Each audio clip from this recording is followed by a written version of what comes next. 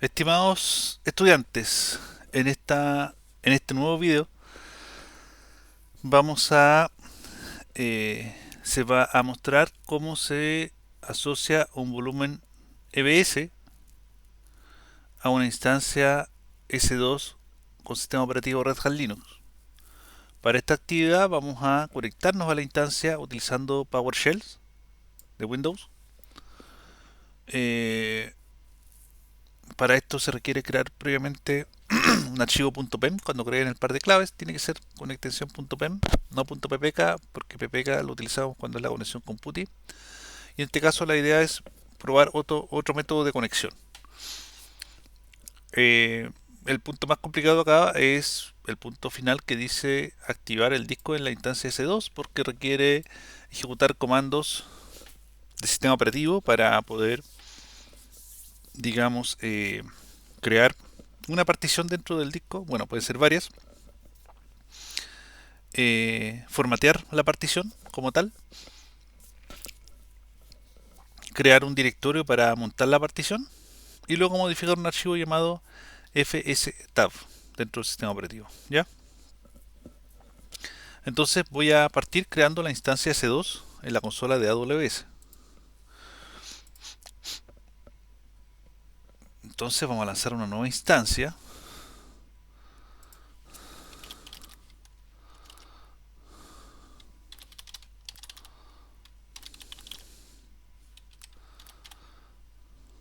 Ya, se va a llamar Video Red Hat Linux EBS para que la instancia se asocie. Aquí estamos representando lo que sería asociar un volumen EBS a una instancia Red Hat creada previamente. Las opciones son las que hemos visto anteriormente. Es una instancia de 3 small. El par de claves debe ser .pem acá. .pem. No copié el nombre de la instancia, lo voy a copiar para que sea más fácil identificar después. Ahí está, clave. Ahí está la clave. Recuerden que es .pem, como dije, para que nos conectemos por OpenSSH desde PowerShell. La red es se elige una subred. Validamos que la opción de IP pública esté activa. Ahí dice habilitar. Y acá está el grupo de seguridad, Security Group. Ahí está Security Group.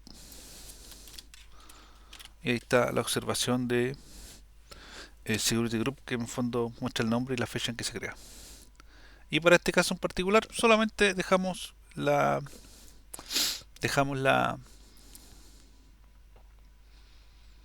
digamos la opción de el protocolo SSH dentro de este grupo de seguridad, ya que no vamos a activar ningún otro servicio adicional.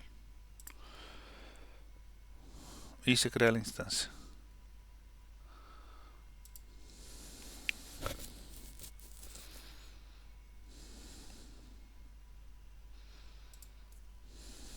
Ya, ahí está la instancia. Recuerden que está en ejecución, pero el proceso de comprobación se demora. La idea es asegurar que quede con comprobación 3 de 3 para ver que no tiene ningún problema. Está en la zona 1A por si acaso, zona de disponibilidad 1A de Norte Virginia. Ahí está su IP pública. Ahí está su grupo de seguridad y su clave RCA, que fue previamente creada y descargada. Ahí está descargada. Ya, bueno, como se demora en inicializar, voy a crear el volumen por mientras de 50 gigas, un nuevo volumen de 50 gigas en la zona de disponibilidad 1A, está bien, no lo voy a cifrar y voy a crear el volumen.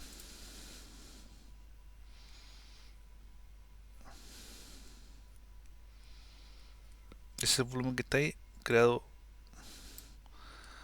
2225 y puedo validar eso porque está... No, no es ese que se está creando, el que está ahí a las 2226. Claro, el de las 2225 fue el que creé la instancia Red Hat, ¿ya? Voy a actualizar esto y ahí está el volumen disponible. Entonces lo mismo que hice en la instancia previa, aquí voy a colocar un, un nombre para que sepa a qué instancia se asocia, a la de Red Hat Linux.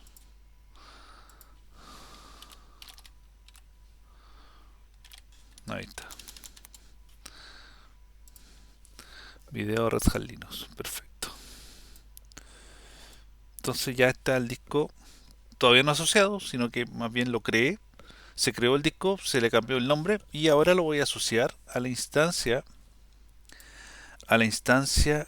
Linux, esa Red Hat Linux EBS, que está ya creada, está corriendo. Todavía no está, no sé si está con su proceso de comprobación finalizado, pero eh, ya la puedo unir y voy a asociar el dispositivo SDB a esta instancia de Red Hat Linux. Aquí los nombres podrían variar si es, si es Windows, si es Linux, pero la lógica es siempre la misma. Se indica la instancia y se indica el nombre del dispositivo para que eh, el sistema operativo sepa cómo identificar el nuevo dispositivo. Esa es un poco la idea del nombre del dispositivo. La idea es elegir alguno de los que está acá, ¿ya? Fíjense bien la cantidad de discos que uno puede asociar a una instancia, son muchos, ¿ya? Y voy a asociar el volumen. Debería decir ahora que este recurso está en uso y acá dice que pertenece a la instancia Red Hat Linux y está atachada o asociado al disco SDB. Eh, Voy a volver a instancias y ahora la instancia está encendida y me voy a conectar por OpenSSH.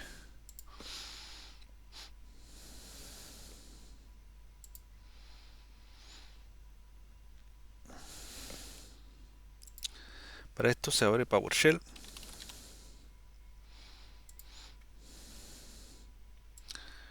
El único detalle con PowerShell es que tengo que estar dentro de la carpeta de descargas para que pueda. En el fondo tengo que encontrar el archivo .pem que descargué previamente, ya. Tengo que estar a la misma ubicación. De hecho, aquí está el .pem de la instancia Red Hat. Eh, entonces yo tengo que estar dentro de esa ubicación para que encuentre la ubicación y ejecute el comando. En el fondo, este es el comando. Entonces, si yo estoy en otro lugar, tendría que pasar la ubicación acá. Entonces, para no pasar la ubicación del archivo .pem, mejor me muevo a la carpeta de descargas, que es donde se descargó el archivo .pem previamente.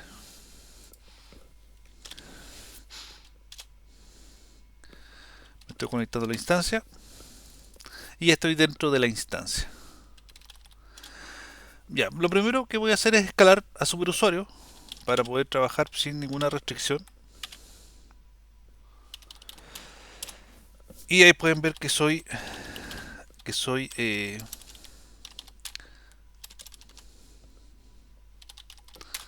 soy root, ¿ya? El comando juan ahí me dice qué usuario soy y en este momento me dice que soy root. Ya, lo primero que tengo que hacer es ver cómo cómo cómo digamos el sistema operativo Red Hat reconoce el nuevo disco. Entonces, el archivo proc partition muestra información de los discos con sus particiones dentro del sistema operativo. Entonces puedo ver que el primer disco se llama NVMe0N1, es un disco NVMe SSD, ¿ya? Y puedo ver que hay tres particiones creadas, que son las particiones del sistema operativo, que se crearon cuando se creó la instancia, y además tengo el disco NVMe1N1. Ese disco es el nuevo disco de 50 gigas que creé previamente. De hecho, ese nombre lo voy a anotar. Lo voy a anotar. Ahí está el nombre. NVMe1N1.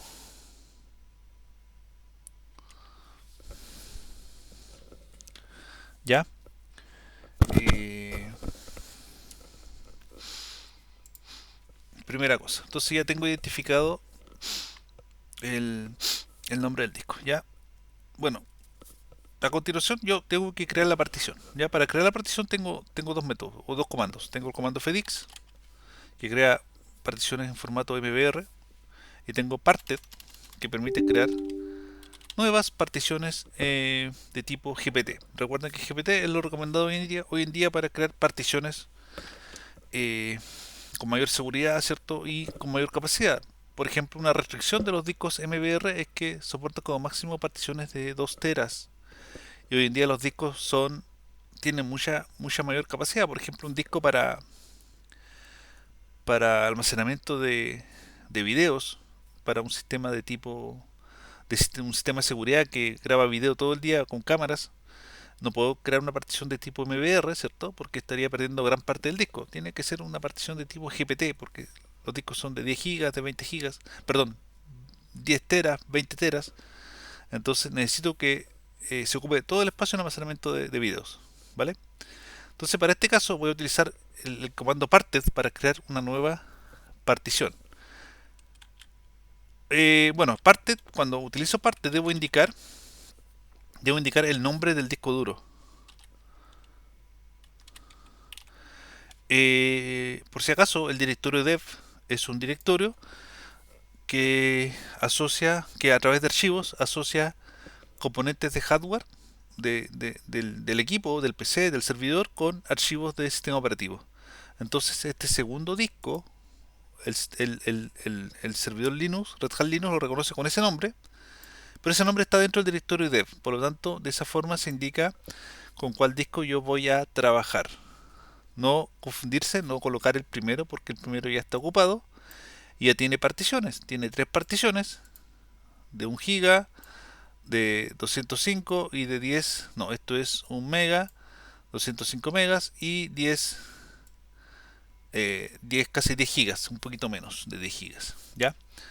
Entonces se indica el disco que se identificó como disco nuevo. ¿Ya? Podemos ver,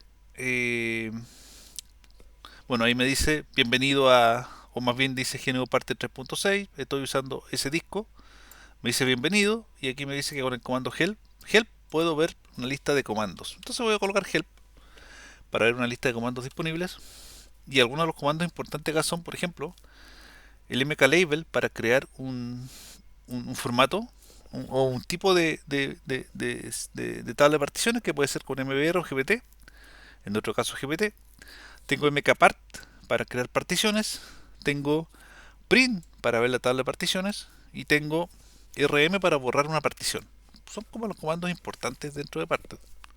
Hay otros, pero que en este caso no. Por ejemplo, acá hay un resize spar que permite redimensionar el disco, parecido a lo que se hizo con Windows, pero esta opción no se va a considerar dentro de este video. Ya, aunque no es una opción compleja, pero no se va a revisar este punto para Red Hat Linux.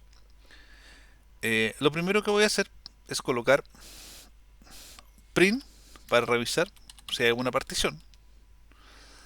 No veo nada, de hecho me dice tabla de particiones desconocida porque todavía no digo si va a ser GPT o MBR. Dice que el disco tiene una capacidad de 53,7 gigas. Eso me va a servir para ver cuál va a ser el límite de esta partición.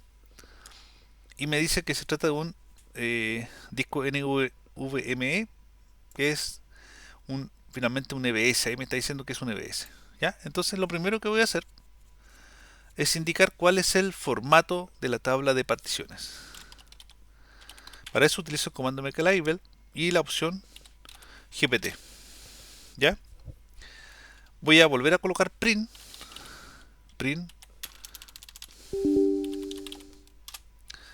y ahora sí me está mostrando información. Me dice que la tabla de particiones es de tipo GPT y eh, me dice además que no hay, digamos, particiones creadas. ¿Cómo creo particiones? Con la opción mkpart, que está puesta ahí marcada. Por si acaso, parte es un utilitario que me activa un menú de opciones, y yo voy creando acá adentro las instrucciones que quiero ejecutar para ir haciendo diferentes cambios en el disco duro. mkpart es el comando. Cuando ejecuto mkpart me genera como un asistente y me empieza a hacer preguntas. Por ejemplo, el nombre de la partición va a ser P1.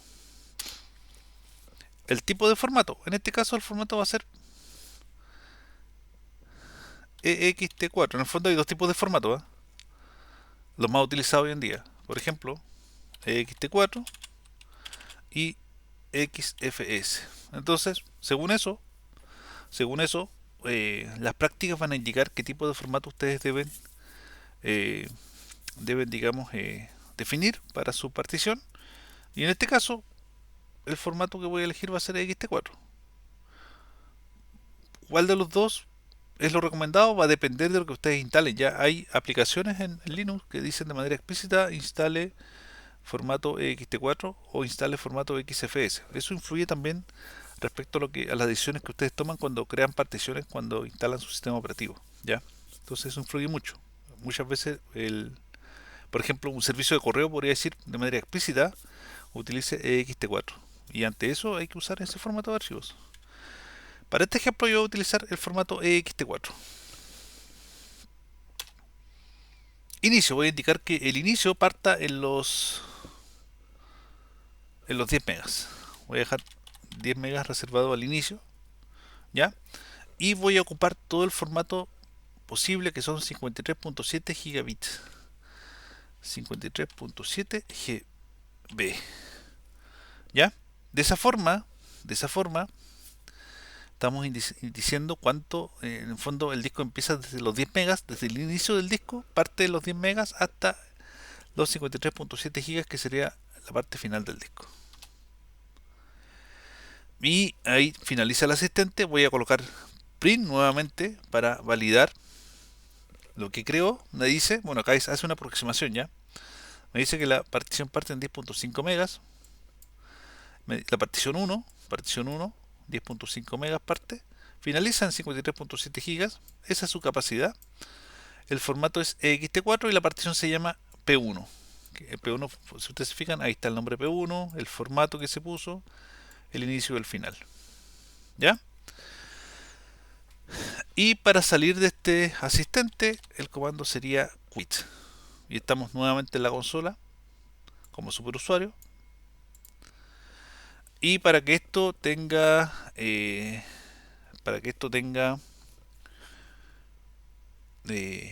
digamos, tengo que validar una vez que hago modificaciones con Parted o con FDX, si utilizo FDX, eh, tengo que nuevamente volver a validarte que el sistema operativo me reconoce el disco duro. ¿Lo ven? Ahí me está diciendo que tengo el disco NVMe1N1, que era el que había marcado previamente, y que me está diciendo que eh, creé la partición 1N1P1. Voy a escribir ese nombre acá para que no me olvide ahí al lado. NVMe1N1P1. ¿Ya? Ya. ¿Qué se hace a continuación? Ya creamos la partición y validamos revisando el comando cat revisa contenido de un archivo. Revisamos proc partition para validar de que la partición está creada. Y voy a continuación a formatear esta nueva partición. Para eso hay un comando llamado mkfs .ext4, por si acaso, si hubiera definido previamente que el formato era XFS, hubiera puesto .xfs, ya, pero en este caso es .ext4 /dev. Recuerden que acá coloco el nombre de la partición, NVMe1N1P1, el nombre de la partición, que es ese de ahí. Ese es el nombre de la partición, o más bien el archivo asociado a la primera partición del disco duro. Eso es, el archivo asociado a la primera partición del disco duro.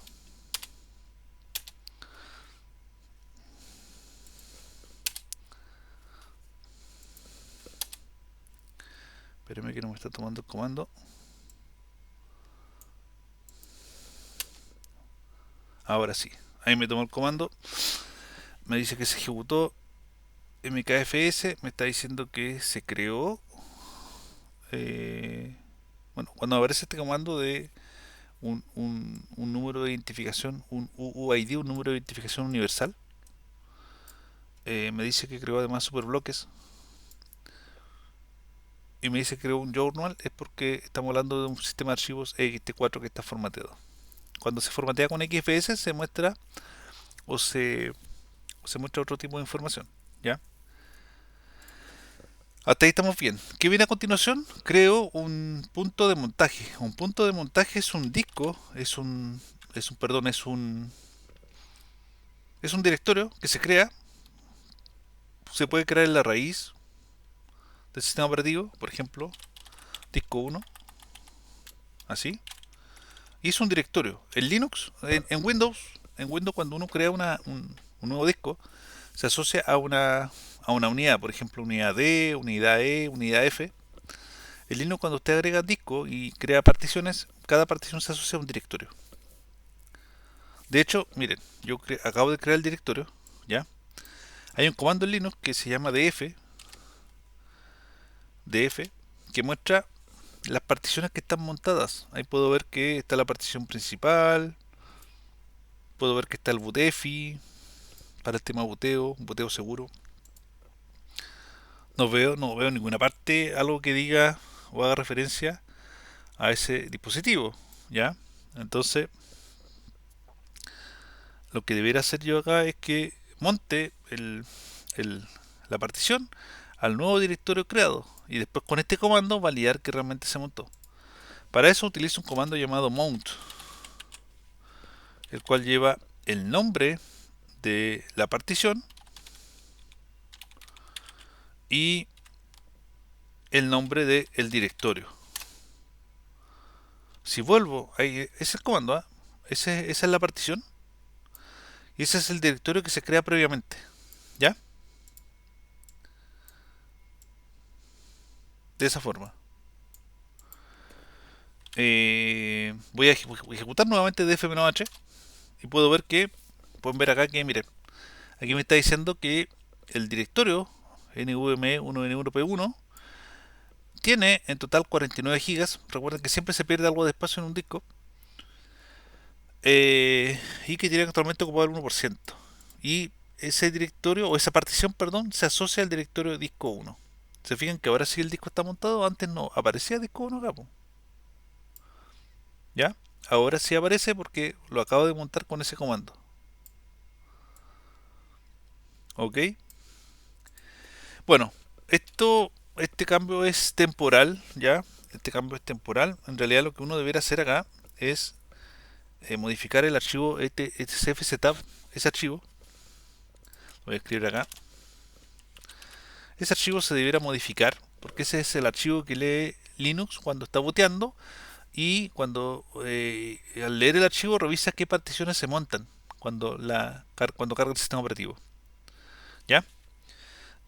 Para Voy a mostrar esto como referencia. ¿Cuál es el cambio que se hace? Me dice que, bueno, Nano es un editor de consola en Linux y me dice que el comando no existe. Entonces lo que voy a hacer es instalar el editor Nano.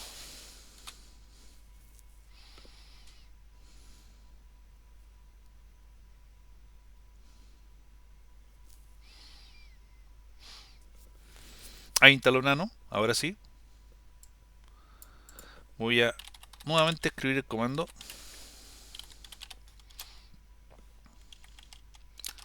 ¿Y cuál es el formato de este archivo? Ojo que este archivo es crítico, el etcf está en un archivo crítico.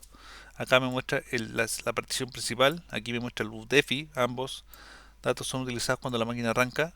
No puedo modificar nada ahí, por eso yo siempre me voy al final.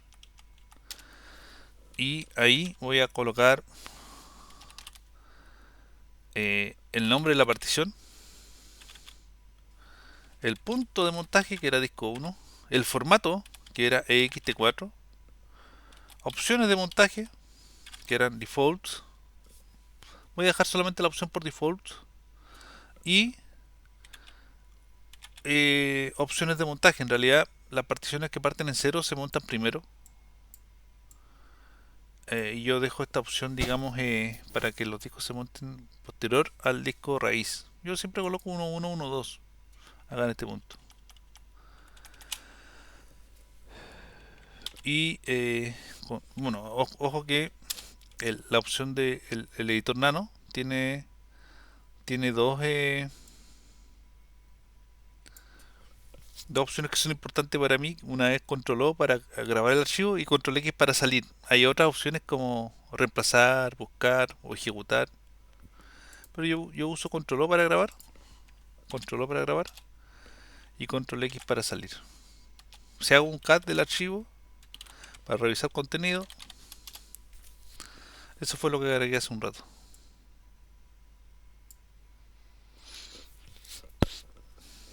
Ya, con esta última tarea de modificar FZTab, finaliza la práctica de cómo poder montar un volumen EBS en una instancia de Red Hat Linux. Nos vemos en un siguiente video, jóvenes.